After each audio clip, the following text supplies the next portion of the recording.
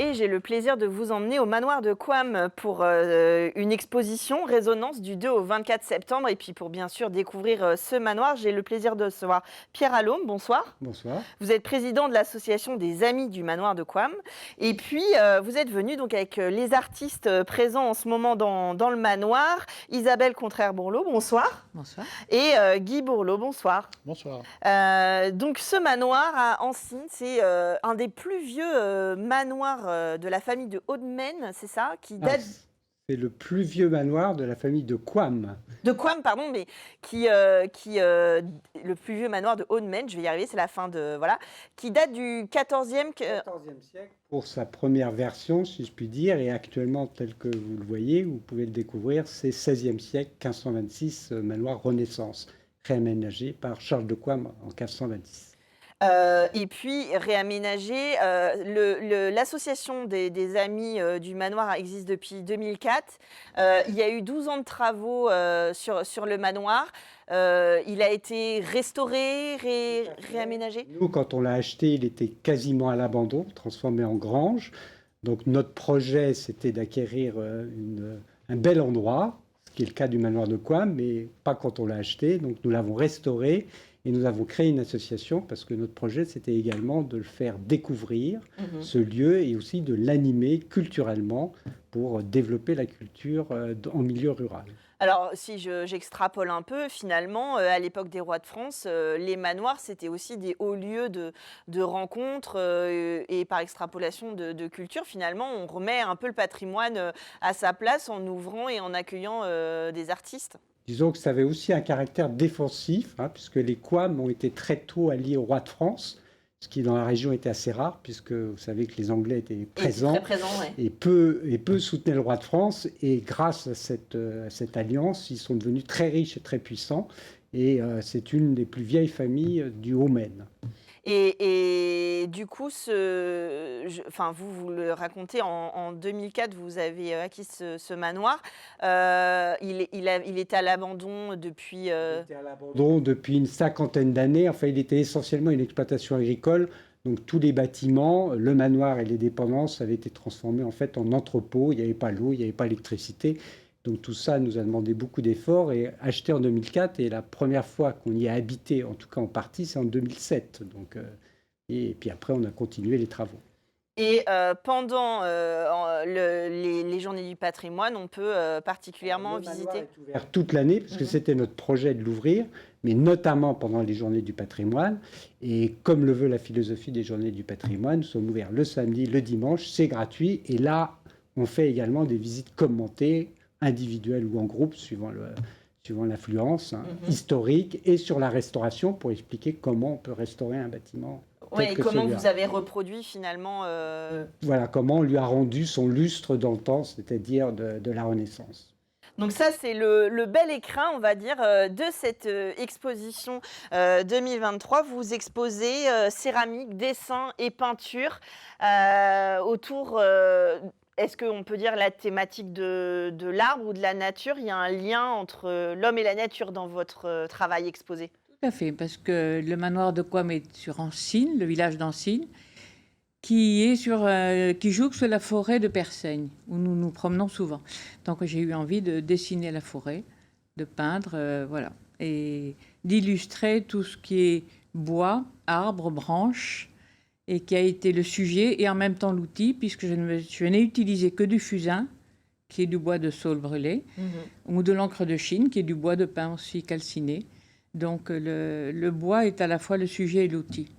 Voilà, et on a fait des grands formats parce que le lieu est grand et qu'il fallait le meubler. Oui, et que ça s'y prête pour accueillir aussi des céramiques. Comment vous avez participé et dialogué avec cette thématique? Le dialogue était relativement facile puisque Isabelle est mon épouse depuis plusieurs années.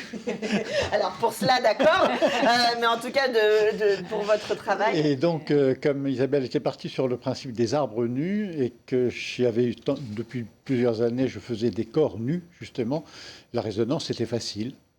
Et dans cette exposition, il y a quelques pièces qu'on a appelées l'évolution, qui fait partir d'un arbre pour arriver à un corps de femme sur 8 pièces. Et donc il y a une correspondance en quelque sorte entre la nudité des arbres et la nudité des corps qui sont à l'extérieur. Donc tout ça ne fait plus qu'un, l'homme et la nature, le corps, ou qu'est-ce qui vient de l'autre, vous le disiez, puisque la matière permet aussi de produire l'œuvre. Alors on ne sait pas qui est arrivé en premier. C'est un plaisir de choisir des artistes comme ça pour venir... C'est un plaisir et c'est aussi un peu une vocation parce que notre objectif c'était de développer l'art contemporain. Donc on en est à la 17e édition, donc je crois qu'il y a une cinquantaine d'artistes qui sont venus exposer et on programme déjà pour l'année prochaine. Et ça dure 3 semaines. Et ce qui est important de dire, c'est qu'on incite aussi les visiteurs à acquérir des œuvres. Alors, il y en a à tous les prix, parce que tout est à vendre, si je puis dire, de la plus petite à la plus grande. Alors, suivant ses moyens, on peut acquérir une œuvre, et une œuvre originale d'artistes qui, de notre point de vue, on aime ou on n'aime pas, mais ont du talent. C'est un peu le principe d'une galerie, en fait. C'est voilà. une galerie, mais l'avantage, je pense, pour les artistes, c'est que nous, l'association, en tout cas, finance leur exposition, c'est-à-dire, eux, ils n'ont qu'à, entre guillemets, venir exposer et surtout travailler pour l'exposition, parce que le lieu est très grand. Et donc, par exemple, Isabelle et Guy, la quasi-totalité des pièces ont été faites pour l'exposition. En plus, ils avaient choisi un thème, l'arbre. Donc il fallait que tout soit... Qui dialogue particulièrement aussi avec le lieu d'implantation du manoir. Tout à fait. C'est finalement pas si fréquent des cartes blanches comme ça dans des lieux d'une certaine taille pour pouvoir exprimer l'ensemble. Oui, mais non seulement les cartes blanches, mais un soutien carrément dans le budget. Donc c'est quand même très important. Mais oui, là, on sent qu'il y a le désir de faire quelque chose. Donc pour nous, c'était très, très agréable, vraiment. Vous y allez un petit peu dans l'exposition, on peut vous rencontrer? Oui, absolument. Nous habitons à 2 minutes, donc c'est très facile de nous rencontrer. D'accord, donc Oui, vous serez sûrement présent sur le week-end des Journées du Patrimoine. Oui, bien sûr. Oui. Et puis nous, comme ils ne sont pas très loin, je peux dire qu'ils ne sont pas là quasiment tous les jours. Et on accueille quand même près de 800 visiteurs sur les 3 semaines, du 2 au 24 septembre, toute la journée. Plus le temps s'est mis au beau. Oui, donc c'est parfait. Tout va bien pour en profiter. Ça devrait. Donc, je le redis, on parlait des Journées du Patrimoine, mais l'exposition, elle a commencé, elle dure jusqu'au 24 septembre. Et puis le manoir, on peut le visiter toute l'année. Toute l'année. Alors, quand c'est plutôt en hiver, il vaut mieux prévenir, évidemment. Mais à partir du printemps jusqu'à l'automne, on est ouvert toute l'année. Individuellement ou pour des groupes. On accueille à la mi-septembre un groupe de Génération Mouvement, donc, où on fait partie des étapes de rallye automobile, parfois dans le Perche, par exemple. Voilà. Et les visites sont gratuites. Donc tout est réuni pour qu'on se retrouve... On vienne dans ce lieu extraordinaire, animé cette année par des artistes extraordinaire. Et le tout 100% sartois. Alors moi, voilà, je suis servie.